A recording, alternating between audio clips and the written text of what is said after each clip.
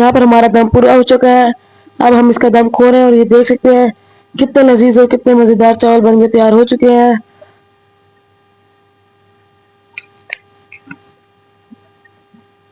भी हम आपको डिश आउट करके दिखाएंगे।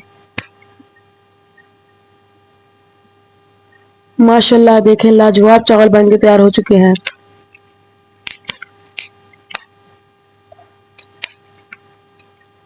मैं तो आपसे यही कहना चाहूँगा कि आप भी इस रेसिपी को जरूर ट्राई करें और हमारे चैनल सुपर एक्टिविटीज़ को लाइक और सब्सक्राइब करें।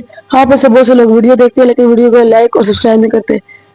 मेरी आपसे यही गुजारिश है कि आप वीडियो को लाइक और सब्सक्राइब लाजमी कीजिएगा। तब तक के लिए अल्लाह हाफिज़।